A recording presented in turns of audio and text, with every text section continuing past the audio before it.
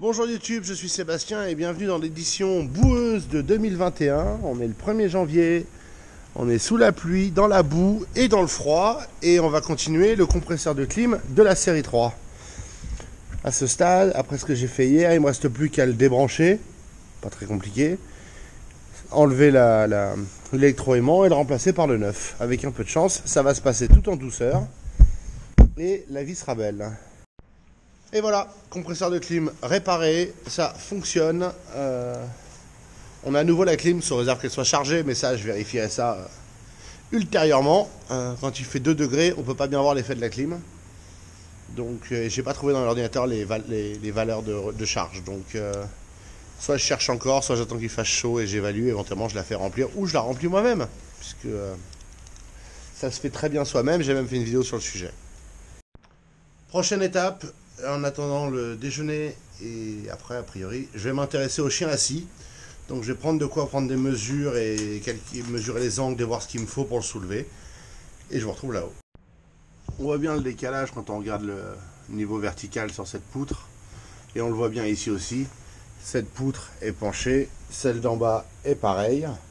Et en fait, il faudrait relever celle-là et donc celle d'en bas.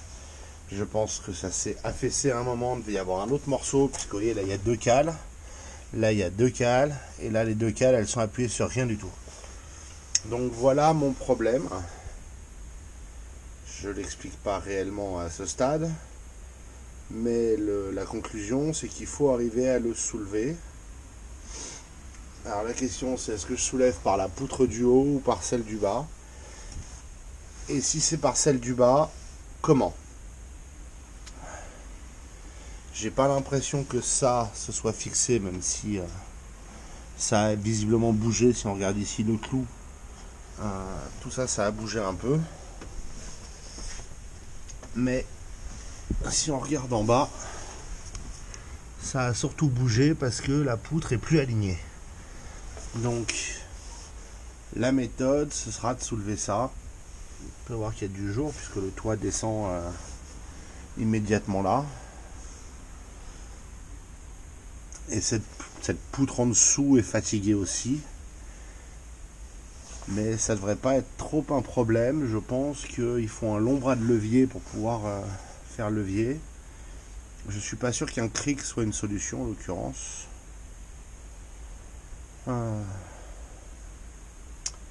Ça nécessite un peu de réflexion.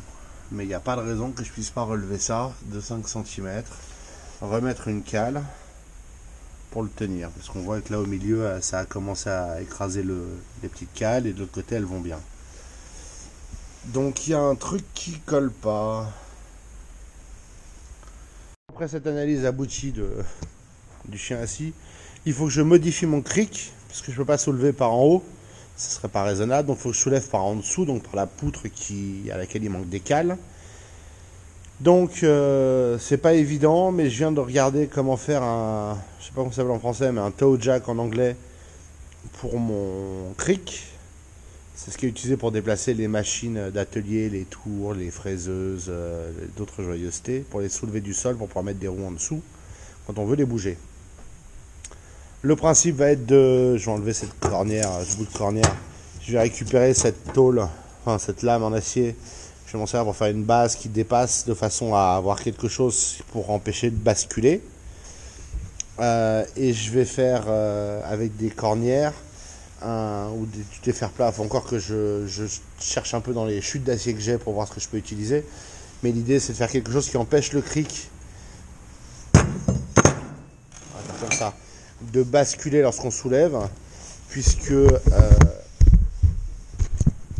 de ce côté-ci du cric, sera une version très agrandie de ça qui se met là-dessus et qui en bas se prend sous la poutre et permet de la soulever en soulevant là. Donc ça va être un truc comme ça et ça va se lever, et pour que le cric ne soit pas tenté de basculer de ce côté là, je vais mettre quelque chose pour le retenir et la base, et j'ai des vis là, donc je devrais même pouvoir le fixer sur la base, ce qui serait pas mal.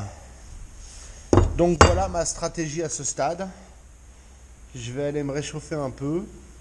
Et puis ensuite, je vais m'atteler à à faire cette pièce. Et puis je sais pas si j'aurai le temps de m'en servir aujourd'hui ou demain. Je veux pas soulever non, ce sera demain a priori, puisque je ne veux pas m'amuser à lever le chien assis alors qu'il fait nuit. Trop compliqué pour voir ce qu'on fait a priori. Néanmoins, si on regarde d'ici, j'essaierai de zoomer dans ce que vous voyez. On voit vraiment bien à quel point il penche d'un côté. Comme quoi 5 cm, ça fait toute la différence. Bon, ce ne fut pas une après-midi ultra productive. Long déjeuner un peu lourd et fatigue globale et froid, faisant que j'ai pas foutu grand-chose.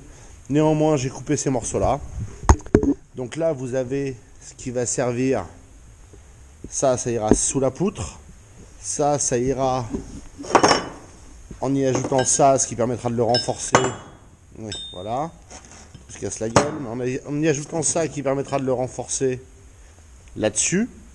Avec ça autour, pour s'assurer que ça ne se barre pas. Et là, vous avez le support du cric, avec ces petites lamelles qui vont à l'intérieur là, de façon à maintenir l'espacement entre le cric et ce qui reste bien vertical. Et avec ça, on devrait avoir un cric de machine-outil, peut-être pas assez solide pour soulever une machine de 5 tonnes, encore que, franchement, vu les contraintes, ça se tente. Mais largement assez pour soulever quelques poutres sur un toit.